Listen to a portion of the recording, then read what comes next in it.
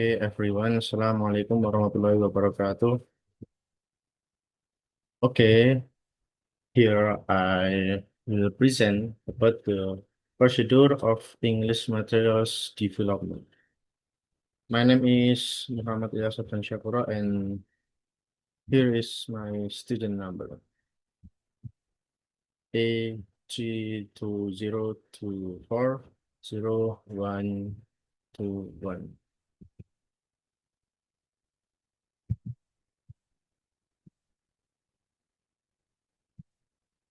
So the first one is selecting and grading the relevant theories. According to Coningsworth, there are 5 points in selecting and grading. First one is the dynamics of the classroom. Second, the personalities involved. Third, the constraint imposed by the syllabus. Fourth, the availability of resources. And fifth, the expectation and motivation of the learners. And then, according to Harmer, there are 3 points. Harmer developed very effective and comprehensive criteria of evaluate framework to evaluate SL or EFL materials. And the 3 stages are: first, learner's personality, who are they and what they bring to class, such as their age, sex, social or cultural background, their occupation, and other. And second, what are the learner's needs? So that means when are they going to use English and what skills they should learn. And third one is appropriate materials according to the need of learners. And Harmer established an effective materials evaluation from form in 7 perspective. First, practical consideration. Second, layout and design. Third, subject and content. Fourth, language type. Fifth, skills. Sixth, activities. And seventh, guidance. And the next is the research method used. So, as far as the current study is concerned, the researchers found the interview and questionnaire. They uh, they used mixed method research. The participants in this study were 15 English teachers. So, and the instrument is questionnaire and semi-structured interviews. And here is the result of each research article. There are materials were not properly selected and graded according to the student level and needs.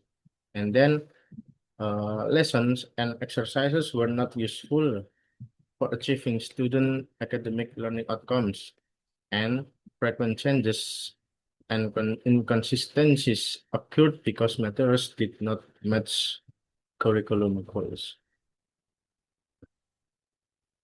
Okay, the next we talk about signing the relevant theories according to Tomlinson. First one is meaningful exposure to language in use. Teaching material should present English as it is naturally used in real communication. Learners need to see how language functions in context, not only learn rules or isolated sentences. And then second, learner engagement, authenticity, and communication use. And third one is helping learners notice language, develop skills, and gain confidence. And fourth, principles of material design. There are impact, practicality, learner needs, authenticity, and flexibility.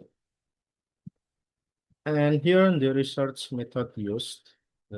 This research used method qualitative or theoretical study and literature review and professional experience.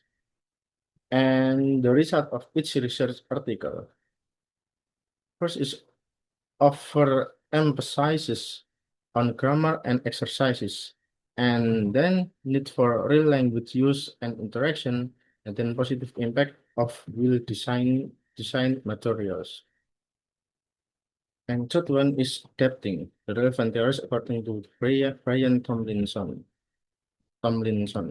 First is mismatch between materials and learners. Second is adaptation based on needs and context. Third is focus on meaningful language use. And fourth is techniques of adaptation. And here is the research method used. We use theoretical and reflective discussion and use of literature and professional experience and analysis of classroom practice.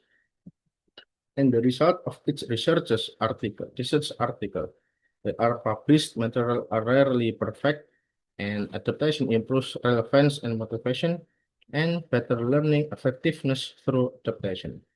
And the last one is evaluating the relevant theories according of Brian Tomlinson.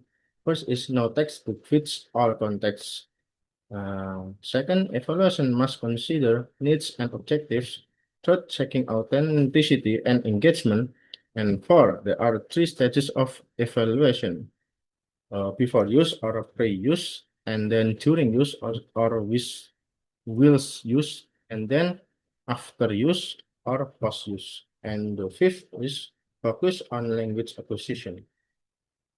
And the research method used is conceptual and theoretical explanation, and then use of literature experiences and analysis of evaluation practices. And there are the results of each research article. Superficial evaluation is common, and systematic evaluation leads to better choices and improved learning through better materials.